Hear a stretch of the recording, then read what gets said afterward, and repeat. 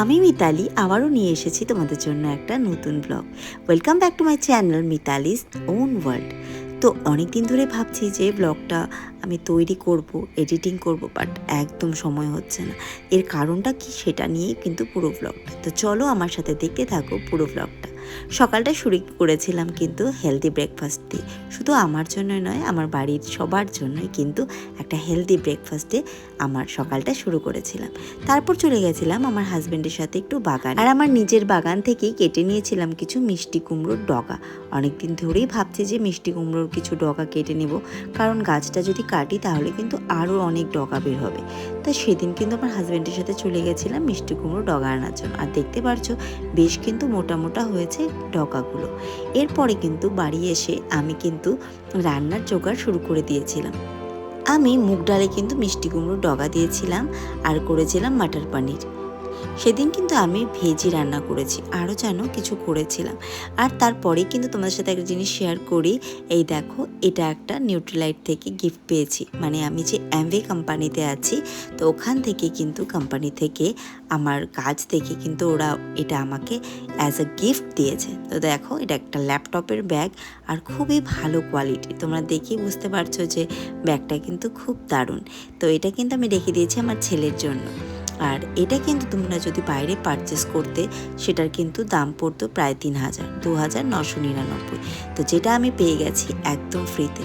আর যখন গিফট পাও তখন বলো তোমাদেরও মনটা ভালো লাগে, তেমনি আমারও কিন্তু ভীষণ মনটা ভালো লাগে।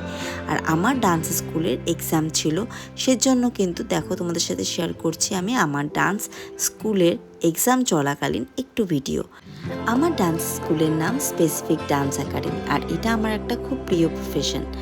তোমরা জানো যে আমার ফিটনেস ক্লাস আছে, কিন্তু তার অনেক আগে থেকে কিন্তু আমার ডান্সের স্কুল আছে।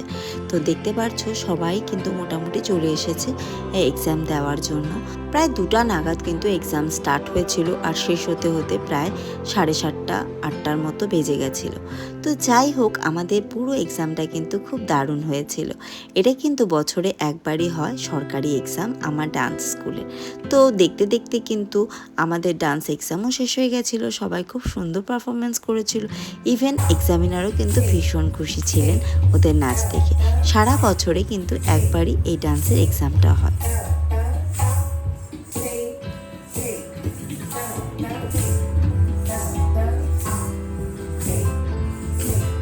প্রায় 7:30, 7:45 দিয়ে কিন্তু আমার ডান্সের এক্সাম শেষ হয়ে গেছিলো।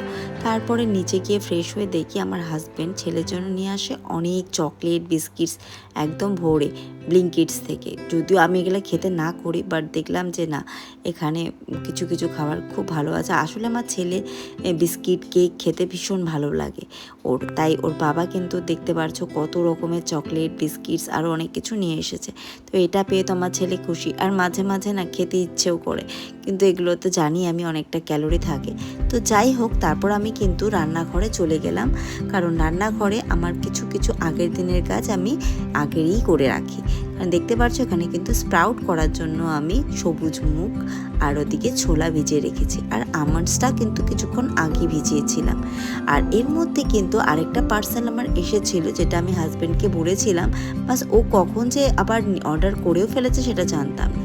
আসলে অনেক দিন ধরে ভাবছি যে আমরা আসলে সিলভারের এরা হাঁড়িতে ভাত করি, তো ওটাতে কিন্তু অনেক সেফ না। অনেক আমি ভিডিও দেখেছি যে যেটা আমরা অ্যালুমিনিয়ামের বাসনে রান্না করি, তো সেটা কিন্তু শরীরের পক্ষে খারাপ। তো আমি হাজব্যান্ডকে বলেছিলাম ভাতের জন্য একটা আমার স্টেনলেস স্টিলের কিছু লাগবে। তো দেখলাম যে হাজব্যান্ড নিয়েও আসলো।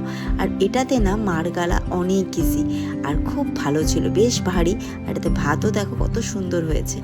আসলে না, আমার হাজব্যান্ডের খুব শখ ওর বিভিন্ন রকমের বাসনপত্রের।